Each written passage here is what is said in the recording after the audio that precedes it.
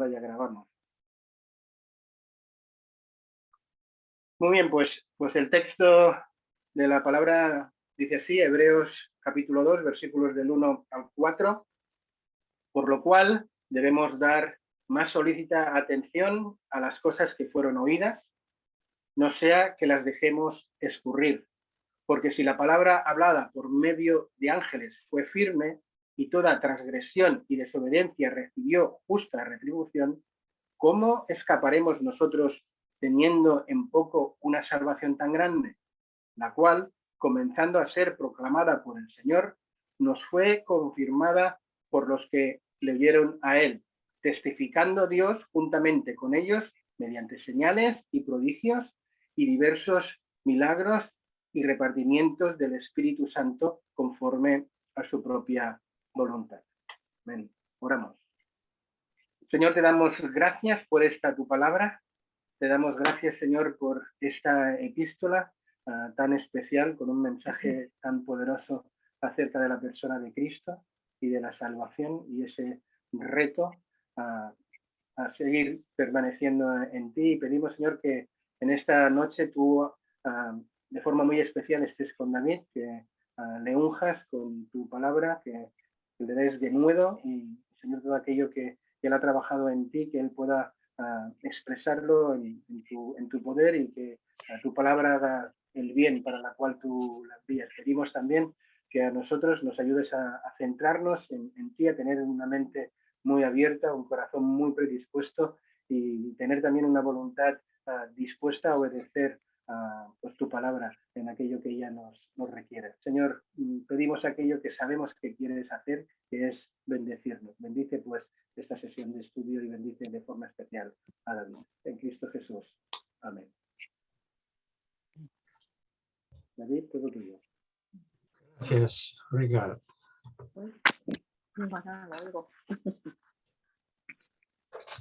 Llegamos hoy a la primera de las solemnes advertencias que vamos a encontrar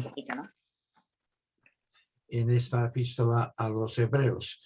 Ya dijimos el primer día que la estructura de la epístola es una alternancia entre textos que exaltan a la figura de Jesús y enseñan su superioridad sobre los profetas, sobre los ángeles, sobre Moisés y Aarón, sobre todo el sistema levítico y sobre todos los creyentes, los grandes santos del Antiguo Testamento. Jesús es superior.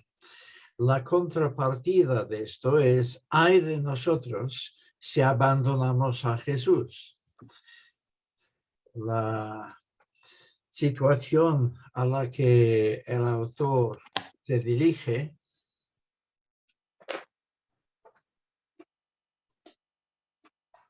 perdonadme un momento que están pasando cosas raras con mi pantalla. Bueno, es igual. No se ve nada ahora. Se ven unas cosas, no sé qué es. No sé qué es. David, estás compartiendo pantalla. Estamos viendo tu pantalla ahora, introducing Zoom Apps. Sí, Sí. pero Abajo. No, es la pantalla de Adrián. Ahí. Ahora sí. Perfecto, perfecto. bueno, como decía, el trasfondo de esta epístola es que muchos creyentes judíos que habían aceptado a Jesús como el Mesías estaban en peligro de volver atrás y volver al judaísmo. Y las advertencias, todas ellas, tienen esto en mente y el autor está diciendo, ojo, si volvéis a lo que solamente era una sombra de la realidad que había de venir y que ha venido en Cristo, si volvéis a la sombra, rechazando la realidad, esta sombra no te sirve para nada, porque la importancia de una sombra no está en sí misma, sino en aquello de lo cual es sombra. Y si dejáis la realidad para volver a las sombras, os quedaréis sin realidad y también sin sombra, porque realmente no sirve para nada. Este es el trasfondo y las advertencias serias forman la contrapartida de los textos que exaltan a Cristo, porque el autor exalta a Cristo precisamente para persuadir a sus lectores de que Cristo es mejor. Y si Cristo es mejor, qué tontería volver al judaísmo. Así que hay este enlace constante entre las advertencias y los textos que exaltan al Señor. En el versículo 1 de lo que hemos leído tenemos la exhortación seguida en los versículos 2 a 4 por la advertencia. Observáis que el capítulo 2 empieza con la pequeña frase por lo cual, o en Reina Valera, por tanto, invitándonos a considerar el capítulo 2 a la luz de lo que el autor acaba de decir.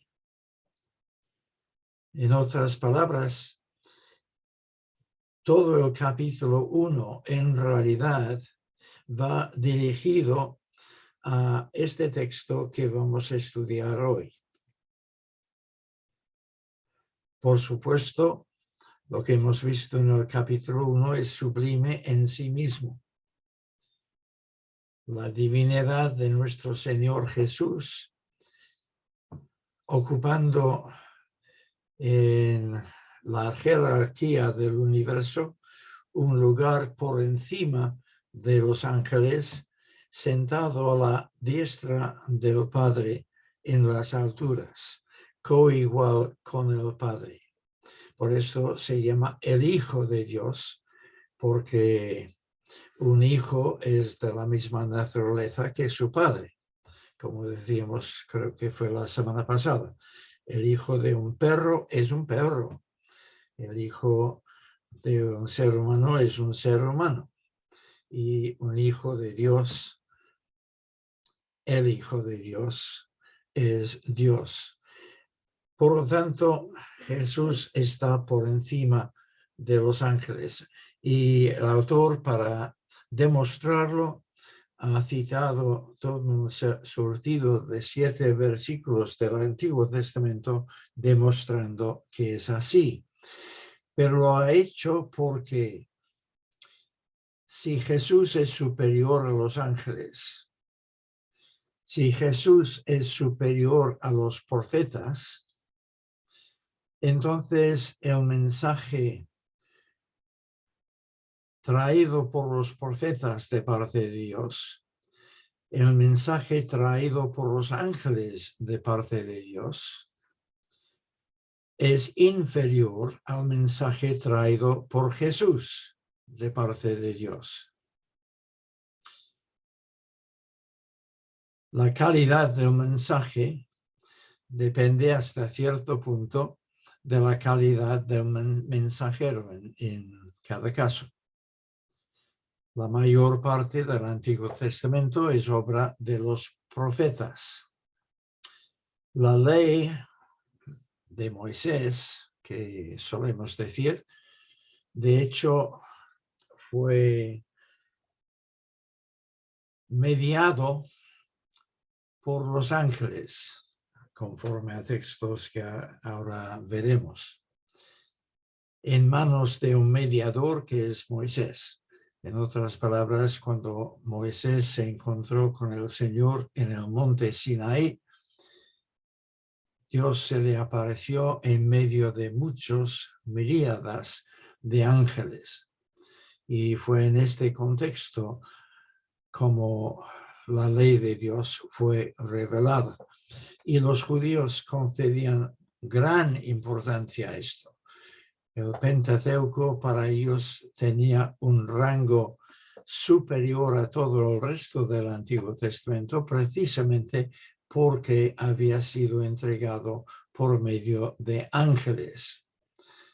Y había todo un culto de angelología en el siglo I entre los judíos. Pero esto no es nuestro tema. Por lo cual, puesto que Cristo es superior a los ángeles y puesto que por lo tanto su mensaje es superior al mensaje dado a través de los ángeles, por lo cual es necesario con más diligencia atendamos a las cosas que hemos oído, no sea que nos deslicemos. Por supuesto, el Antiguo Testamento es palabra de Dios, es sublime. No es cuestión de despreciar ninguna parte de él. Pero precisamente porque el Antiguo Testamento es sublime, el mensaje traído por medio del Hijo de Dios es aún más sublime, más glorioso.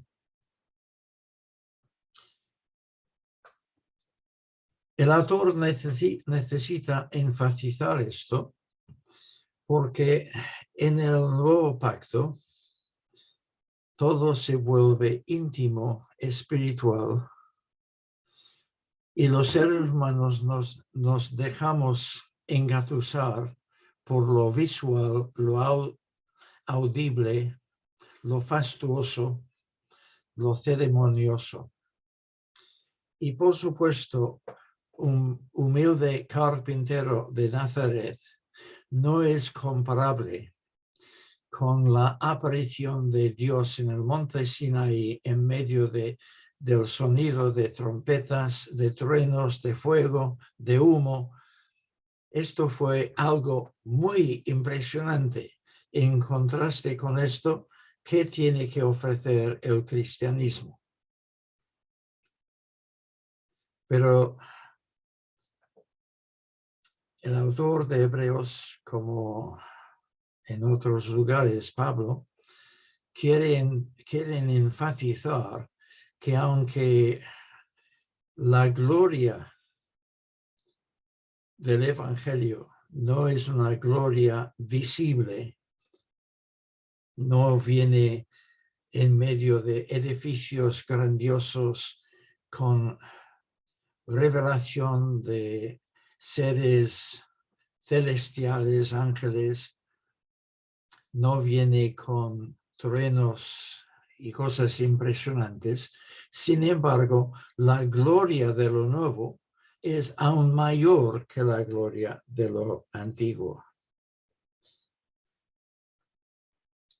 Ahora,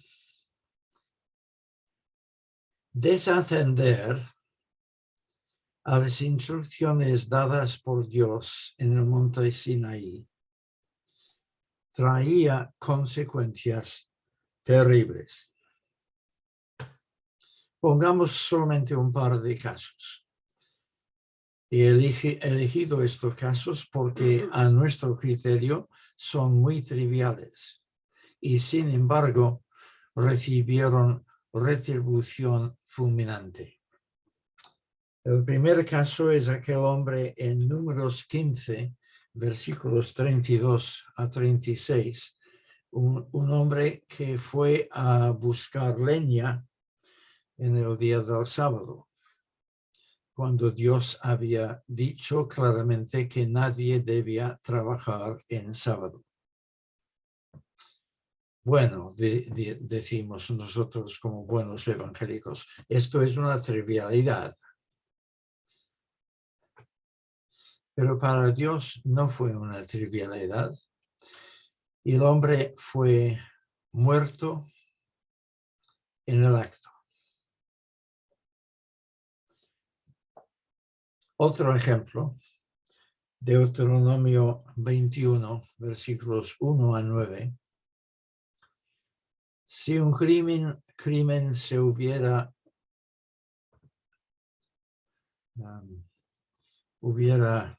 sido cometido anónimamente, los del pueblo de al lado tenían que hacer expiación si no querían recibir el juicio de Dios. Y nosotros decimos, pero si el pueblo no ha cometido el crimen, ¿cómo puede ser que Dios actúe de esta manera? Bien, al margen de esta pregunta, el ejemplo sirve para demostrar el carácter inmediato, fulminante, de la retribución de Dios cuando su ley no fue respetada. Y el argumento del autor es, si esto pasaba con la ley de Moisés, ¿cuánto más pasará con el Evangelio de Jesús? El descuido de la salvación que nos viene por medio del Evangelio de Jesús traerá consecuencias aún más serias que este tipo de consecuencias que vemos en el Antiguo Pacto. El peligro al que apunta el autor en el versículo 1 es el peligro de deslizarnos. El verbo griego traducido como deslizar ofrece dos posibilidades muy diferentes entre sí.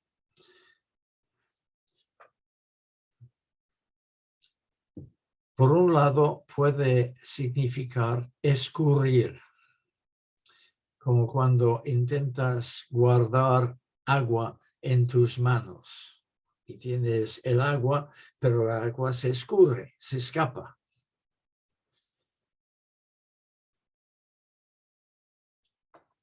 Y la idea es que si no prestamos la debida atención, los valores del Evangelio, los beneficios del Evangelio se pueden ir escapándonos. El Evangelio tiene el propósito de transformarnos a la imagen de Jesús. Este es un proceso paulatino que dura toda la vida.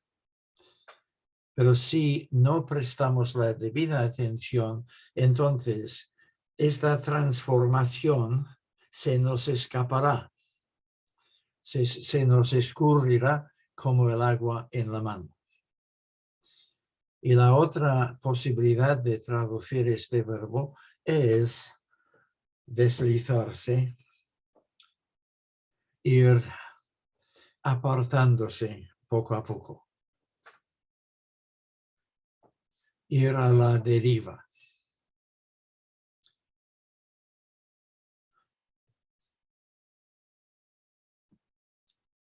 La vida cristiana es un viaje. Muchas veces utilizamos la historia del Éxodo como ilustración, pero imaginemos que vamos en barco en vez de por el desierto. El barco tiene que luchar con muchas cosas, corrientes, olas, tormentas, vientos. Y el capitán del barco tiene que mantener la nave en la dirección correcta, porque si no, nunca llegará al puerto.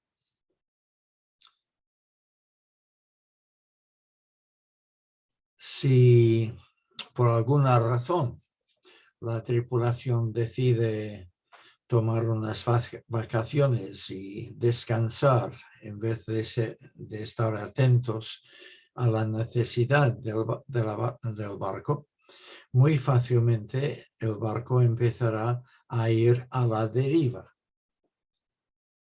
y entonces no llegará al puerto. Lo triste es que un barco puede ir a la deriva 5 minutos de salir del puerto, o puede ir a la deriva 5 minutos antes de llegar al destino. Y esto nos recuerda que la exhortación a seguir atendiendo, seguir obrando nuestra salvación con temor y temblor, es algo que debe ser constante de nosotros desde el momento de nuestra conversión hasta el momento de nuestra muerte, lo cual significa que no hay nadie aquí que no necesite esta exhortación, empezando conmigo mismo. Todos estamos en peligro de ir a la deriva. Y para no ir a la deriva, tenemos que atender con más diligencia a las cosas que hemos oído. Más solicita atención. Pero más que qué. Podría ser más que lo que has atendido hasta aquí. Hasta aquí has entendido un poquitín, escuchas el sermón en la iglesia cada domingo, pero eres un poco candú en cuanto a tu propio estudio personal de la palabra. Necesitas atender más que lo que has atendido hasta el momento presente. Sin embargo, lo probable es que el autor está diciendo más que los santos del Antiguo Testamento atendían a las escrituras del Antiguo Testamento.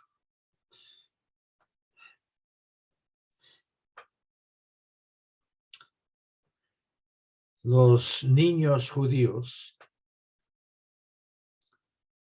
tenían la obligación de estudiar las escrituras.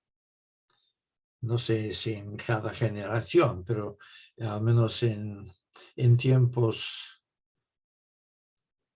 modernos ha sido así. Es como los niños musulmanes y el Corán. Los niños judíos tenían que aprender de memoria todos los libros de Moisés. Tenían que aprender de memoria los salmos. Según entiendo, los libros históricos no eran tan obligatorios, pero los tenían que conocer de memoria, estos libros del Antiguo Testamento. En cuanto a nuestros hijos, ¿cuántos de ellos saben de memoria algún libro del Nuevo Testamento?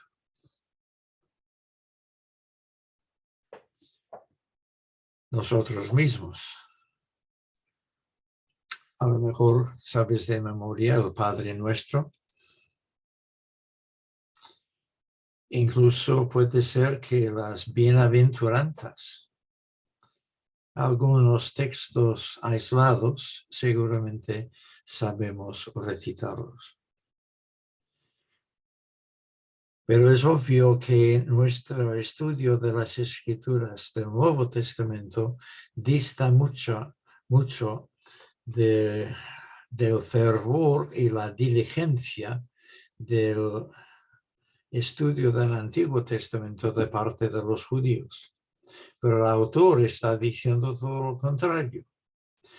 Ellos sí que han estudiado los textos dados por medio de los ángeles, los libros de Moisés. Pero nosotros que tenemos un mensaje superior entregado por el mismísimo Hijo de Dios, tenemos la obligación de conocer nuestro testamento mucho mejor que los judíos el suyo.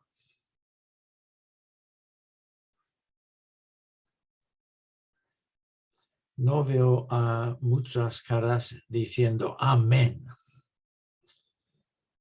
en este momento. Porque el texto que estamos comentando es un rapapolvos fuerte y necesario.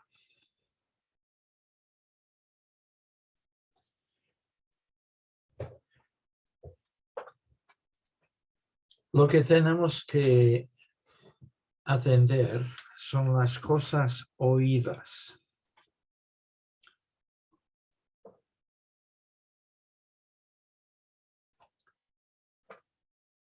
Seguramente el autor se expresa así porque en aquel momento el Nuevo Testamento no era completo. Estarían circulando algunas cartas de Pablo y quizás compendios de dichos del Señor, pero todavía no podía apelar a un texto completamente redactado. Los creyentes tenían que depender todavía al mensaje del Evangelio pasado de unos a otros a viva voz. Por esto deben prestar atención a las cosas oídas.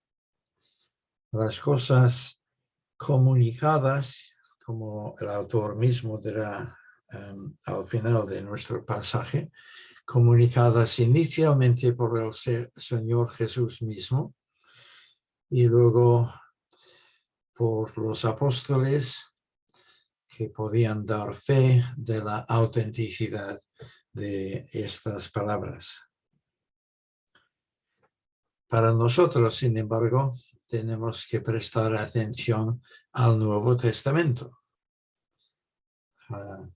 Todo lo que nos dice acerca de Jesús.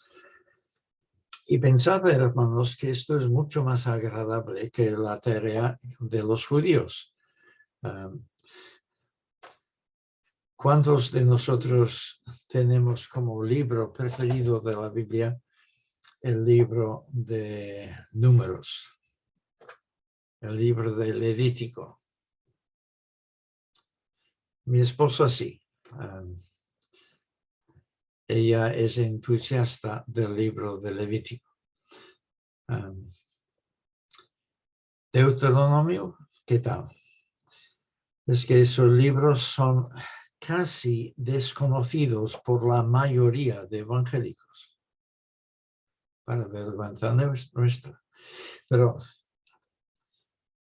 leer algunos capítulos de estos libros no es trabajo ligero. Tienes que luchar con ellos.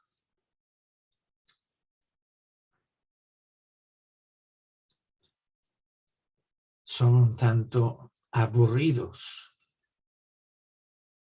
En cambio, los evangelios son historias.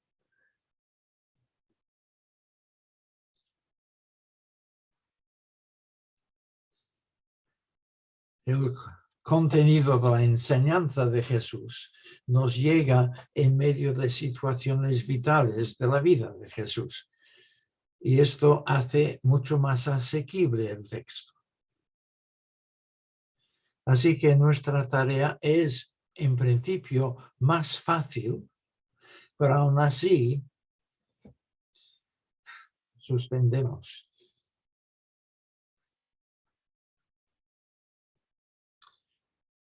Y recordemos que la palabra de Dios es como el maná en el desierto. Comida para que sobrevivamos el viaje a la tierra prometida. Porque es un viaje duro, complicado, difícil, Y sin maná, sin la palabra de Dios, no vamos a llegar. Pero recordemos que el maná tenía que ser recogida cada día. No se podía conservar. Igualmente, la palabra de Dios requiere un régimen diario. No nos es suficiente lo que estudiábamos ayer. Creyentes hay que dependen solamente del culto del domingo para su alimentación. No puede ser. ¿Y qué significa esto de atender? Atender con diligencia. Yo creo que podemos trazar 3 niveles. Esto no viene en el texto,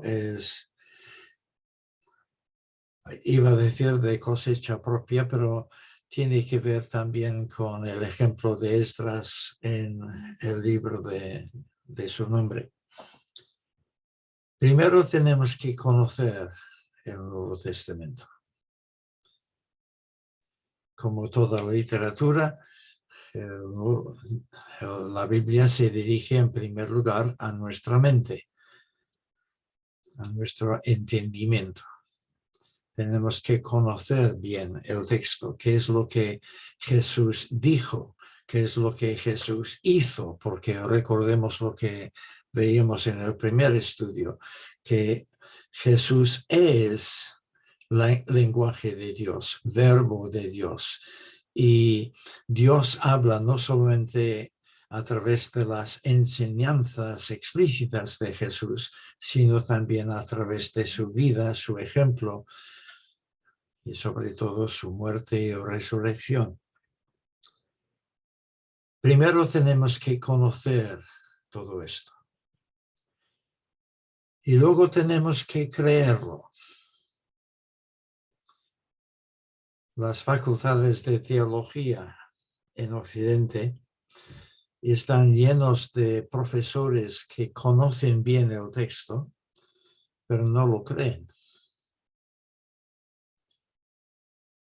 Y por lo tanto, elaboran tesis muy peculiares acerca de las Escrituras, acerca de Dios, porque no creen, no son creyentes. Pero en tercer lugar, tenemos que obedecer la palabra. Conocerla, creerla y obedecerla.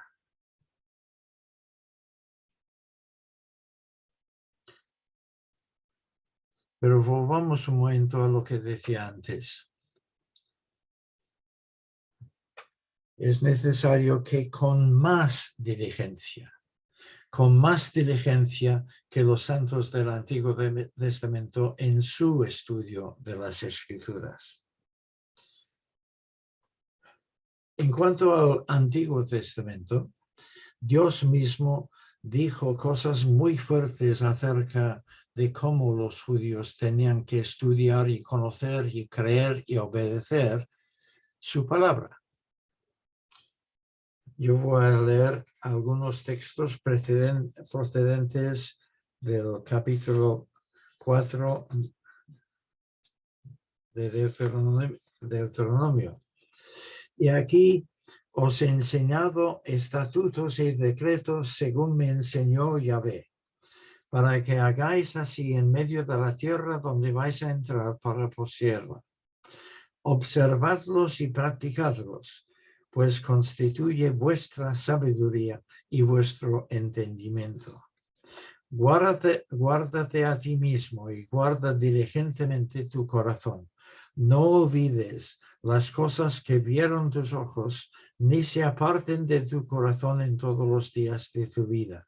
Las enseñarás a tus hijos y a los hijos de tus hijos.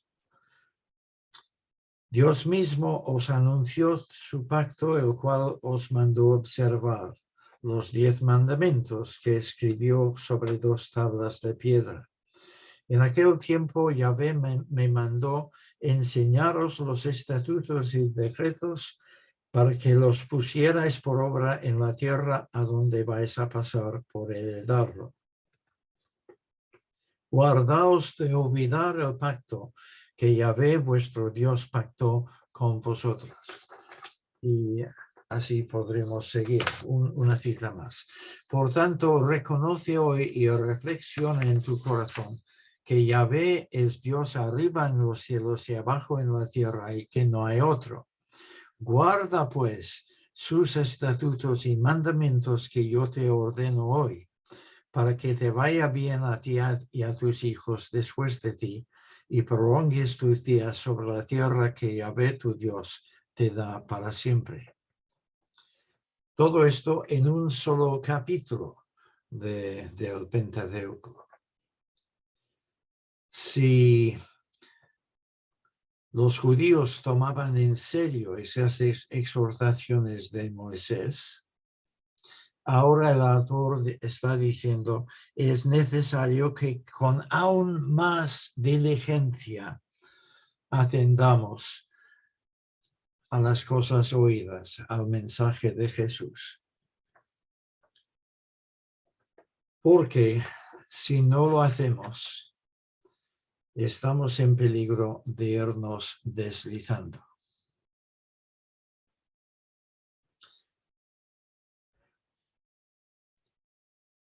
Yo no sé si puedo comunicar bien esta idea.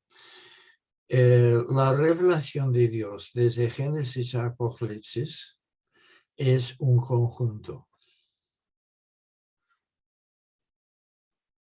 Un conjunto maravilloso en el cual cada parte ilumina el conjunto. La complejidad de este conjunto es tal que, aunque fuéramos a dedicar todo nuestro tiempo al estudio de la palabra, nunca llegaríamos a entender todo el conjunto. Pero es este conjunto el que debe moldear nuestra vida. Y cuanto más crecemos en nuestra comprensión de la totalidad de la revelación, más sabremos avanzar en el día a día. Por eso, aun las personas más mayores aquí presentes hoy, necesitamos seguir adelante. El maná de ayer no nos sirve. Tenemos que afrontar nuevas situaciones, nuevas circunstancias, con nuevos achaques y una nueva mentalidad conforme a nuestra edad. Y la palabra de Dios tiene que irnos transformando sobre la marcha. Esta es la exhortación y ahora procedemos a la advertencia. Casi no hemos salido del versículo 1 todavía. Y hay 3 más, pero vamos a ir más rápidamente. La lógica del autor es sencillamente a grandes privilegios, grandes responsabilidades. Y si estas grandes responsabilidades no son asumidas, entonces habrá grandes consecuencias. Nuestra responsabilidad es atender adecuadamente a la revelación superior que Dios nos ha dado en Jesucristo. Si no, dice el autor a sus lectores judíos, No hay escapatoria. Si vosotros os cansáis con el mensaje del Evangelio y sufrís la tentación de volver al judaísmo, os estáis condenando a vosotros mismos. ¿Cómo escaparéis? Hay un solo camino de salvación, y quien se desvía de él se desliza y no llegará a la meta, no llegará al puerto. En cambio, sí recibirá su justa retribución. Somos aún más responsables si descuidamos las enseñanzas de Cristo, porque por un lado es una salvación tan grande. Los judíos del Antiguo Testamento tenían ciertas nociones de salvación. Tenían ideas un tanto nebulosas acerca de la resurrección en el día final, acerca del establecimiento del reino de Dios, pero eran conceptos no bien definidos. En el Nuevo Testamento tenemos el privilegio de conocer las cosas mucho más nítidamente. Las promesas de resurrección en el día final son mucho más claras. Las enseñanzas acerca del reino de Dios son mucho más amplias. La enseñanza acerca del camino de la salvación es mucho más exacta. Tenemos este privilegio. Todo esto es mucho más grande que en el Antiguo Testamento. Y por lo tanto, nuestra esperanza es mayor que la de los santos del Antiguo Testamento. Pero por esto no debemos descuidar esta revelación. Y en segundo lugar, no debemos descuidarlo porque fue predicado precisamente por el Hijo de Dios, como veíamos en el capítulo 1, versículo 2. Cristo empezó a enseñarlo, habiendo sido anunciada primeramente por el Señor, dice el versículo 3. Cristo empezó a enseñar, pero no acabó. Cuando Cristo ascendió al cielo, el mensaje de salvación todavía no se había anunciado completamente. Y es posible en el libro de los Hechos ir trazando cómo los apóstoles se iban dando cuenta, gracias a la iluminación del Espíritu Santo, de algunos detalles que todavía no se habían revelado en tiempos de Jesús. Jesús, por ejemplo, había enseñado claramente la necesidad de su muerte. Había anunciado que él iba a morir con el fin de rescatar a la gente. Pero no había dado una explicación clara y exhaustiva acerca de la naturaleza expiatoria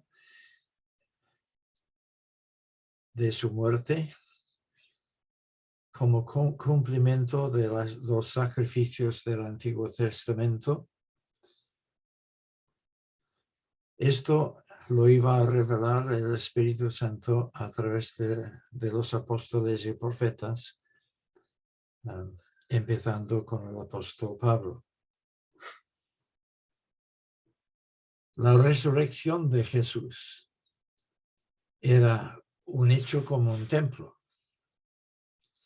Pero solo fue con el paso del tiempo que los apóstoles empezaron a darse cuenta del significado teológico de la resurrección, de que Cristo había resucitado como primicias de una nueva humanidad y que todos los que creen en él son resucitados espiritualmente juntamente con él, reciben nueva vida en aquel mismo espíritu que resucitó a Jesús. Y por lo tanto, Cristo es el primogénito, las primicias de una nueva humanidad a la que pertenecen todos aquellos que han creído en él. Pero esta doctrina, expuesta por Pablo en Romanos capítulo 5 y en otros lugares, no se había revelado inmediatamente, vino sobre la marcha de la iglesia primitiva por la dirección del Espíritu Santo. Así pues, la salvación había sido anunciado primeramente por el Señor, pero fue confirmada por los que oyeron. La aportación apostólica era muy importante. Y luego Dios mismo desde el cielo confirmaba el acierto de la aportación apostólica mediante señales, prodigios, milagros y repartimientos del Espíritu Santo según su voluntad. Una señal es un milagro que confirma la verdad del Evangelio. Señala a algo. Señala a las verdades del Evangelio. Un prodigio es un milagro que causa un impacto enorme en los que lo testifican. Algo prodigioso, asombroso. Un milagro indica que lo ocurrido no es casual, no es normal, sino consecuencia de una intervención especial del poder de Dios. Estas tres palabras son intercambiables, pero cada una arroja cierto matiz. Manifestaciones del Espíritu Santo, muchas de ellas en la primera generación de la Iglesia, según el libro de Hechos, eran de tipo milagroso y servían como señales, prodigios y milagros. Pero las manifestaciones del Espíritu Santo son muchas y muy variadas.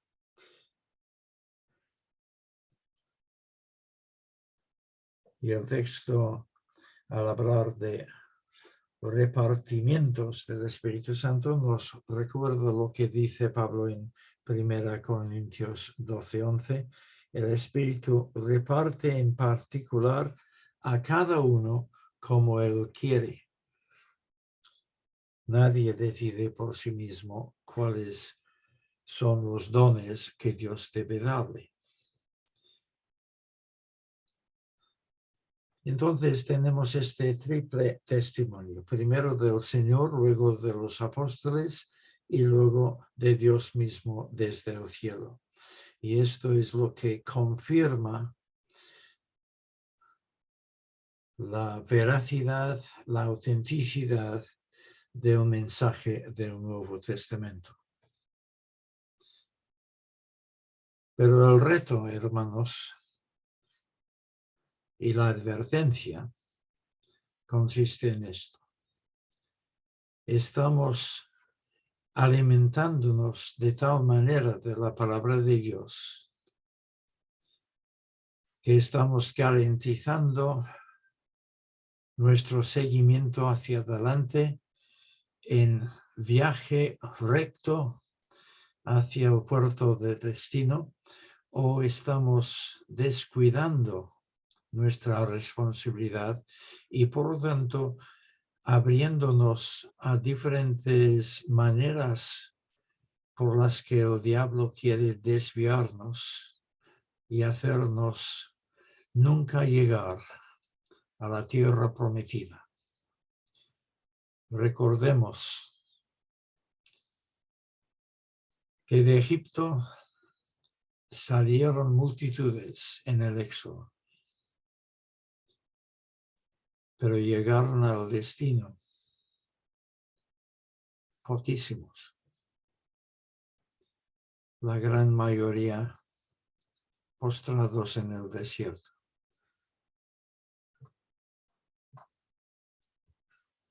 Y en 1 Corintios capítulo 10, Pablo nos advierte de una manera similar al autor de Hebreos, que estas historias del Éxodo están plasmadas en la palabra de Dios, no para bien de aquellos israelitas, porque ellos nunca llegaron a leer el texto, sino para advertirnos a nosotros.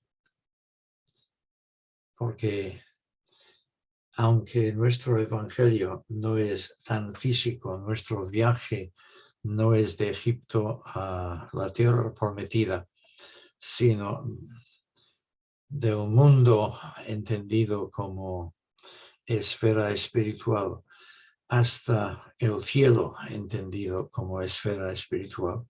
El viaje no es geográfico, sino espiritual. Sin embargo, estamos también en peligros de desviarnos, de que las verdades del Evangelio se nos vayan escurriendo y que finalmente no lleguemos a la meta. Ánimo, porque el autor no quiere desanimarnos, nos advierte solemnemente porque ve que estamos en peligro, pero su intención es altamente positivo. Hacernos volver a nuestro llamamiento, a nuestro compromiso y seguir fielmente en él. Señor, no podemos hacerlo sin tu ayuda, tu fortalecimiento, tu renovación de nuestra visión, de nuestras fuerzas, de nuestros deseos. Tú eres el que nos das el querer, además del hacer. Y pedimos que a través de este texto de hoy confirmes en nosotros nuestro deseo de ser fieles en nuestro estudio de tu palabra, conociéndola, creyéndola y obedeciéndola. Y que nos ayudes a seguir adelante, paso a paso, día tras día, sin desmayar y no detenernos ni desviarnos hasta no llegar a la tierra prometida, a la ciudad celestial. Te lo pedimos en el nombre de nuestro Salvador. Amén. Bien. Muchas gracias, David, por esta tremenda exposición y por aclarar poner tan evidente la advertencia, ¿no? Dejarlo tan claro y tan rotundo. Estoy seguro de que ello va a generar ahora bastantes preguntas o bastantes aportaciones y vamos pues a abrir ya inmediatamente este tiempo. No hay nadie que ha escrito nada en el chat, pero aquel que quiera preguntar algo, pues que abra su micro, se identifique, para que sepamos quién está hablando, y su nombre y lance la pregunta.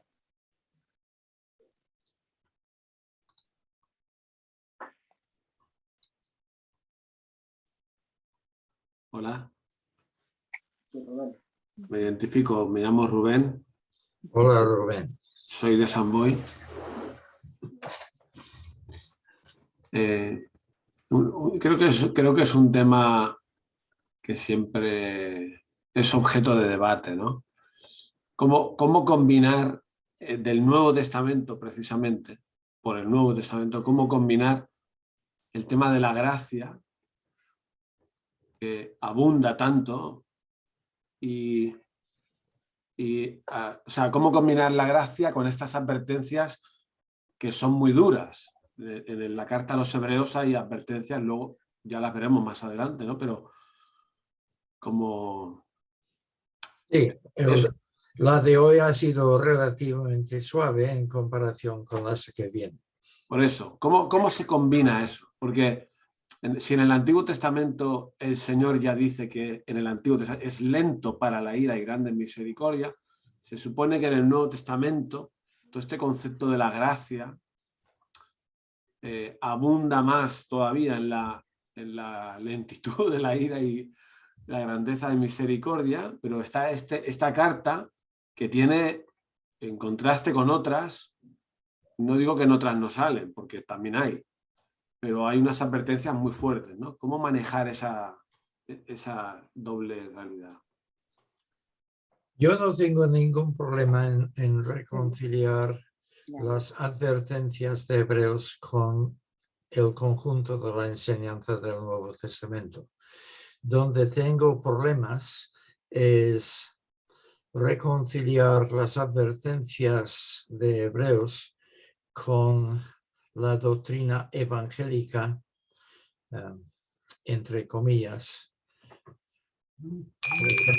Por ejemplo, la doctrina de la seguridad de la salvación, entendida como si has levantado tu mano en cierto culto, si te has bautizado, hagas lo que hagas, vivas como vivas, serás salvo por gracia.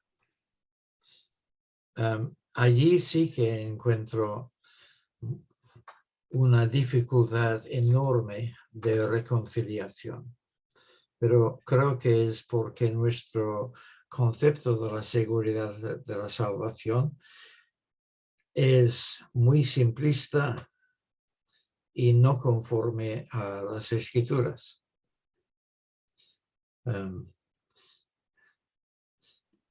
Ahora, no me ocurre nada más que decir en este momento, Rubén, pero yo creo que siempre tenemos que aceptar cada texto bíblico por lo que dice. Y a veces nos encontramos con aparentes dificultades de reconciliación, pero tenemos que aceptar las dos ideas, incluso cuando parecen chocar. Sí, yo por ejemplo, no sabía si atreverme a abrir el melón o no del tema de la pérdida o no de la seguridad de la salvación, pero tú ya lo has hecho, ¿no? Porque has dicho algo tan rotundo como a grandes responsabilidades, a grandes privilegios, y si la responsabilidad es desatendida hay grandes consecuencias, ¿no? La pregunta es ¿cuál es la consecuencia? ¿La pérdida de la salvación? La cuestión es que hoy en nuestras iglesias hay muchos que descuidan el mensaje de la palabra y que se desvían. Y algunos acaban incluso apartándose. La conclusión es, los que hacen o han hecho tal cosa pierden la salvación. Dijiste algo tremendo, con lo que estoy totalmente de acuerdo, ¿no? Hay solo un camino de salvación y el que se desvía, pues no llega a la meta. Por tanto, hay aquí una evidencia a la posibilidad de perder la salvación. No, ya que has puesto el tema, lo ponemos, ¿no? Sé que hemos abierto un melón muy grande y igual pues, nos pueden dar aquí las 10 de la noche. Pero... No, lo claro es que el autor nos está advirtiendo que si no atendemos debidamente estamos en peligro de desviarnos. Tengamos esto claro.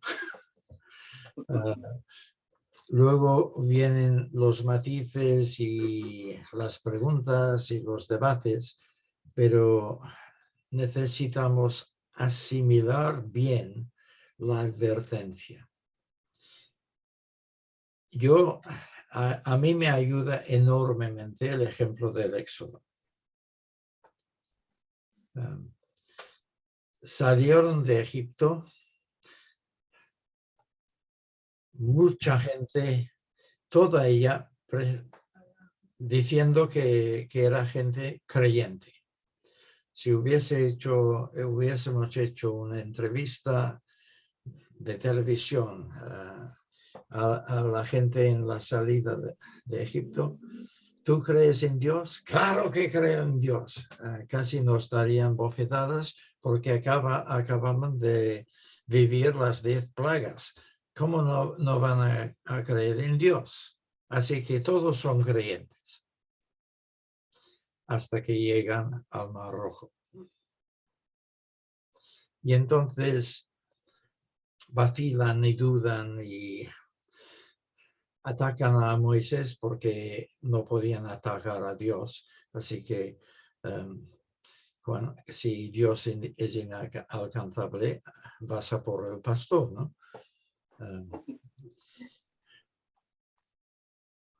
Veo que los pastores presentes están asintiendo. En el Mar Rojo, de repente no son tan creyentes. Pero Dios habla el mar y cruzan y vuelven a ser creyentes hasta el punto de tener un culto de alabanza con batería y todo al llegar al otro lado.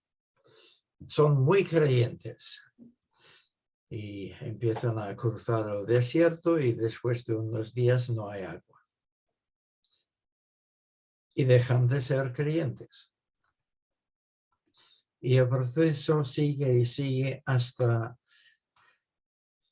el envío de los espías.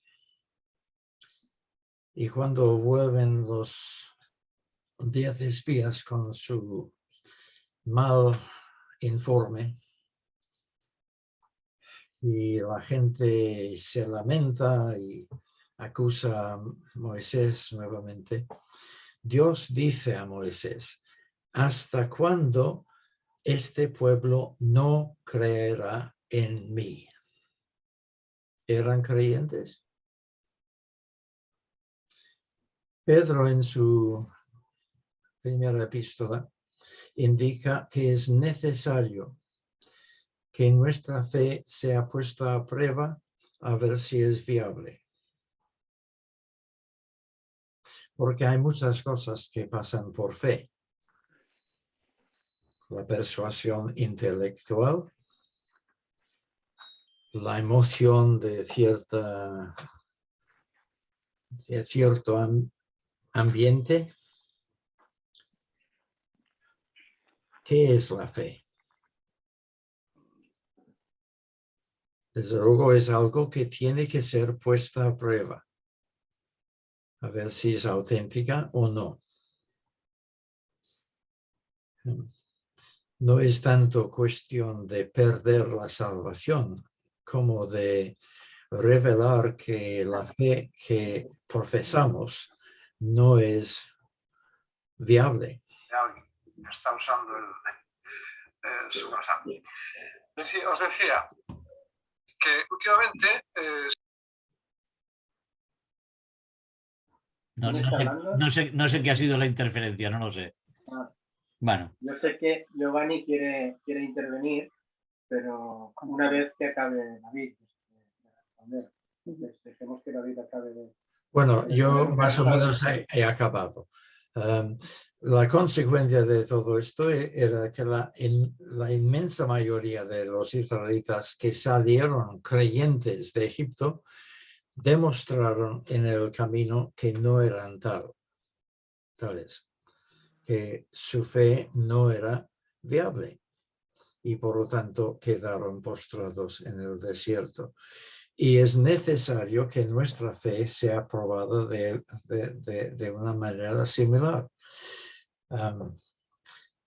Hicieron un estudio, una investigación de los estudiantes que eran creyentes en su tiempo, en su época universitaria, y eran estudiantes que militaban en el GBU en Inglaterra,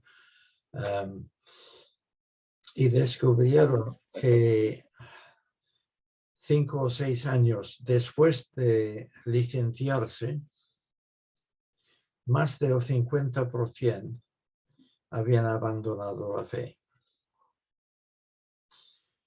Porque cuando estás en medio de otros jóvenes de tu generación que tienen una misma fe que tú, es fácil ser llevado por esta influencia y creer que eres creyente, pero tu relación con el Señor finalmente no existe.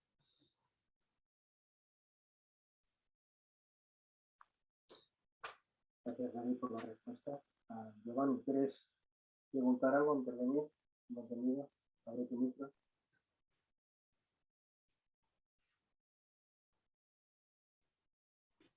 Buenas tardes y gracias al Señor por la palabra que nos ha dado por medio de David, por el hermano David. Si es posible, tengo 4 preguntas. Uy. Si alcanza el tiempo, si no puede responderme alguna, no hay problema, no importa. Igual si se siente incómodo respondiendo alguna pregunta, tampoco hay problema. La primera pregunta. En el versículo de 2 que acabamos de leer, el escritor de los Hebreos nos dice que la palabra que fue hablada por los ángeles resultó ser inmutable. Entonces, mi pregunta es la siguiente. ¿Significa esto que toda la palabra Pentateuco dado por los ángeles, asumiendo que fue Pentateuco, ha permanecido inmutable? Porque yo entiendo que hay ciertas cosas, por ejemplo, los cristianos ya no apedreamos a las personas que cometen adulterio. Nosotros no damos carta de divorcio, no sé si, pero nosotros no aceptamos el divorcio después que Jesús dijo que a no ser por causa de fornicación. Por ejemplo, hay cosas que nosotros hemos dejado a la conciencia, como comer ciertos alimentos, y entonces estas cosas para mí no han permanecido tan inmutables. En este sentido, significa que lo que está diciendo el escritor de los Hebreos, que la palabra dada por los ángeles, ¿hace referencia solamente a la ley moral de Dios, a los 10 mandamientos? ¿O significa que nada del Antiguo Testamento ha cambiado y entonces yo estoy equivocado? Bueno, menos mal que hay doctores ilustres aquí que pueden contestar. ¿Qué versión utilizas donde pone inmutable? Biblia de las Américas. Ajá. En Reina Valera pone firme y entiendo que esta es más, se corresponde más con el significado de la palabra. Firme no es tan fuerte como inmutable, me parece. Pero no vamos a... La verdad, Américas al lado pone firme. Ajá. Pero sí, como primera traducción da inmutable, que después da como opción firme. Sí, es el primer versículo. Pero hay que entender cada palabra en su contexto, y el autor está diciendo la ley de Dios fue firme en el sentido de que Dios mismo dio ejemplos concretos de retribución conforme a lo dicho en la ley. La ley no fue firme en el sentido de que siempre fue respetada en Israel. En muchas épocas de la nación fue descuidada totalmente.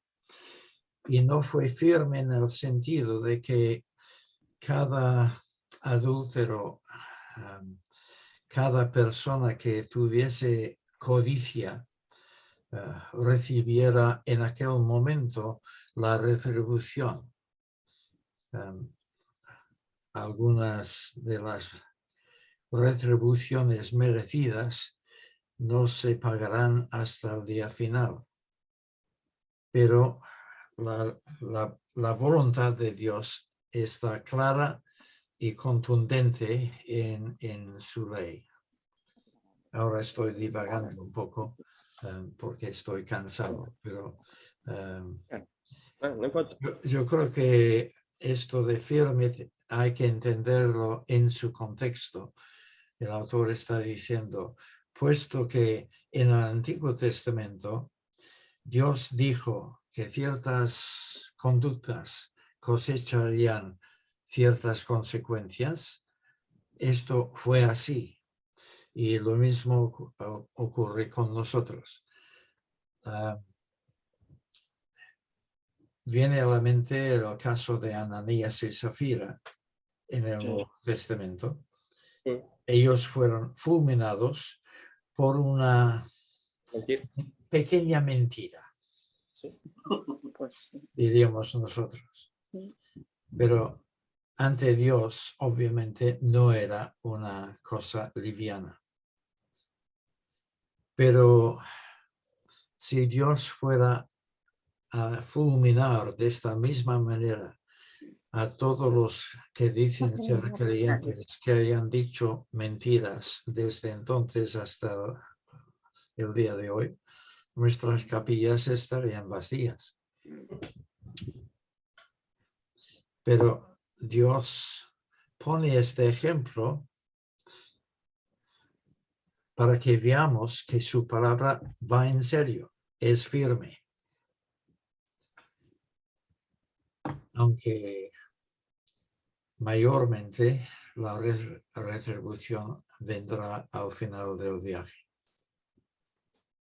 Giovanni, entiendo que tienes 3 preguntas más. Y si Si- son del si mismo acaso- calibre y David se toma el mismo tiempo para responder las 3, vamos a estar aquí. Lo digo porque hay algún momento en el que tendremos que cortar. No sé si hay algún hermano más que quisiera lanzar. Sí, alguna claro. pregunta. Bueno, ¿cuál de las 3 es la más fácil? Exacto. Bueno, elige una de las. elige una, la más fácil. Me alcanza el tiempo entonces para hacer otro más. Sí. Una más.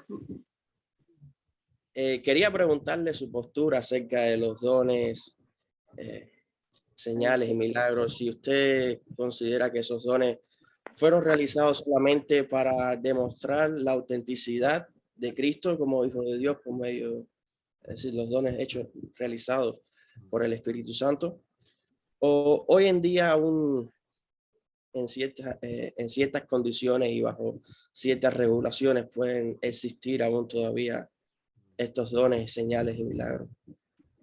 Es decir, continuacionista o Yo creo que intermedio.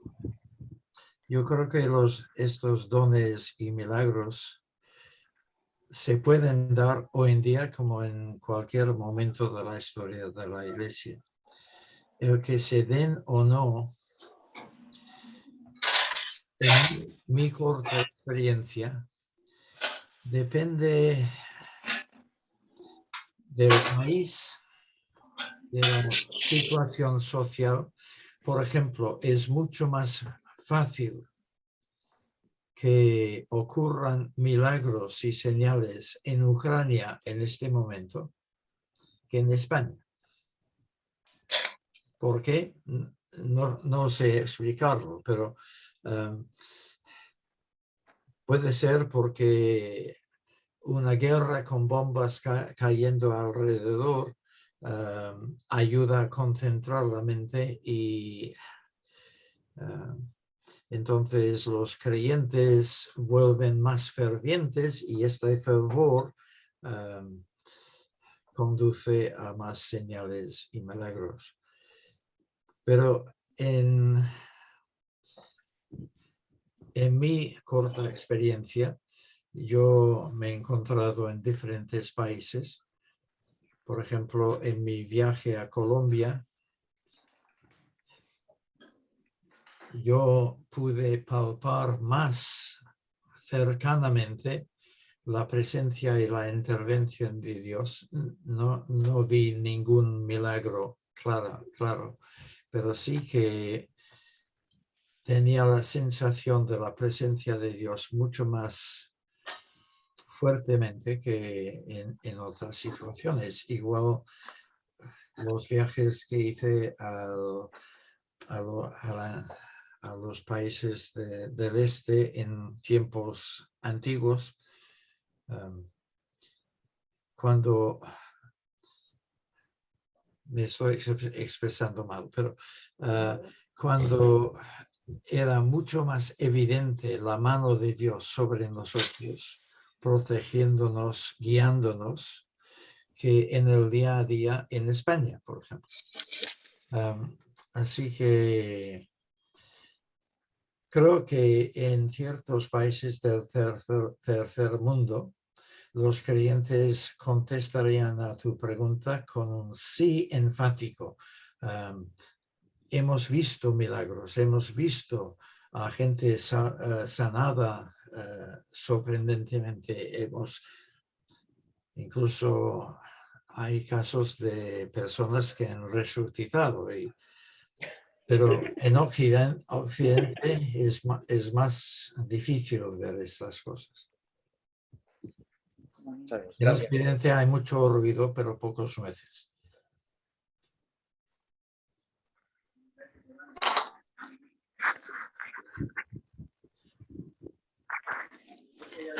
Ricard, no et sentim bé. No em sentiu? No et sentim bé. Retallat. Ara millor. Ahora sí. Gracias.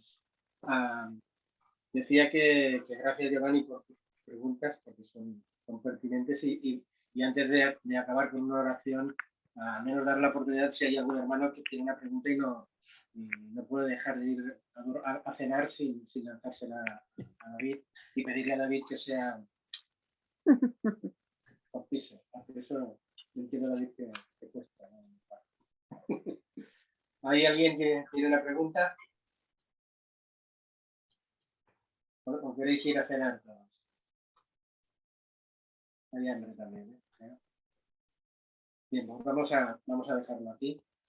Muchas gracias, David, por esta exposición y también por el reto de responder a preguntas no tan A fáciles. vosotros por vuestra paciencia. No. Y vamos a terminar con una palabra de oración y me gustaría pues pedirle, lo tengo delante, no sé por qué, a Dani Gomar, si Dani ens pot despedir en pregària, aunque a tu t'agrada pregar en català, ara que ho penso, tenemos Sí. El Señor lo entiende. Sí, yo he comprobado que Dani sabe hablar en castellano también. Pero orar me cuesta mucho, porque el Señor me habla en catalán, pero voy a intentarlo. Señor, gracias por tu palabra, en primer lugar, Señor. Bueno, gracias por ti, Señor, y por todo lo que tú nos das y eres. Pero gracias también por tu palabra. Y la verdad es que en esta noche, Señor, nos sentimos apelados, Señor, nos sentimos exhortados profundamente y te pedimos que en los propósitos que han pasado por nuestras mentes en cada uno de nosotros, de acercarnos más a tu palabra, de creerla, de obedecerla, que tú nos ayudes, Señor. Sin tu ayuda no podemos, Padre. Y queremos dar un pasito más cada uno de nosotros, Señor, para tu gloria y esperando aquel día maravilloso en que podamos estar contigo eternamente y verte con nuestros ojos y escucharte con nuestros oídos más directamente aún, Señor. Ayúdanos, Padre. Te necesitamos. Y gracias una vez más por David, por su esfuerzo y por estos momentos tan buenos, Señor. En el nombre de Jesús. Amén. Amén. Pues Está bien. estamos despedidos y nos vemos el próximo jueves. El Señor os bendiga a todos. Chao. Una sola palabra. Muchas gracias. Una sola palabra para cuando envíe el vídeo de la reunión. Va a ser muy grande y no me va a caber todo el vídeo en un solo fichero. Entonces voy a enviar la exposición de David por un lado y el tiempo de preguntas por otro, ¿vale? O sea que posiblemente recibiréis dos, aunque seguramente el que envío en solo audio posiblemente vaya completo. Depende de la capacidad que tenga, ¿vale? Solamente informar de esto. Buenas noches a todos. Gracias, David. Gracias. Gracias a vosotros. Adiós, Marga. Gracias. Adiós, adiós. Mira, Adiós. adiós, adiós.